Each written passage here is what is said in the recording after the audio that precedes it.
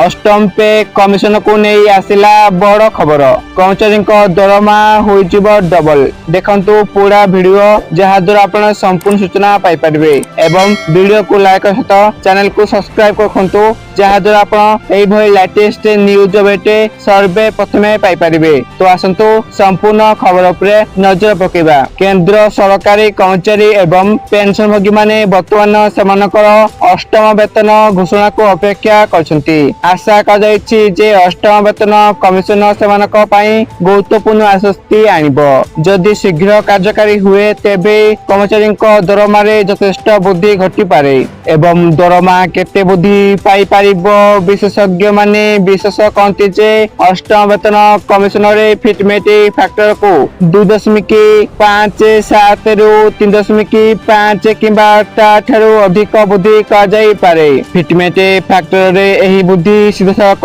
मौलिक दरमा को प्रभावित करे एवं उदाहरण स्वरूप जदि जणे कर्मचारी सर्वनिम्न मौलिक दरमा 18,000 होइथाए तेबे नूतन फिटमेट फैक्टर आधार रे यह पाय 25,000 रु 30,000 पर्यंत वृद्धि पाई पारे। यह आपनक घर को नेबा पाई मिलुथुबा दरमारू को यथेष्ट वृद्धि करि पारिबो एवं मूल दरमा वृद्धि फल महंगा भत्ता डीए मध्य वृद्धि पाइबो एवं घर भड़ा भत्ता एचआरए एवं अन्य भत्ता मध्य वृद्धि पाइबो एवं मोटा मोटा दरमा वृद्धि फल हाथ रे थिबा दरमा अधिक हेबो। तथापि किछि क्षेत्र रे पीएफ वृद्धि एवं अन्य अकाउंट जोगु प्रभावित भाव रे टेक होम रे सामान्य पार्थक्य होई पारे किंतु सामग्रिक भाव रे लाभ अधिक हेबो। तेनु दरमा रे कोन अंतर्भुक्त रहिछि आसंतु जानिबा। आपनकर मासिक दरमा रे केवल आपनकर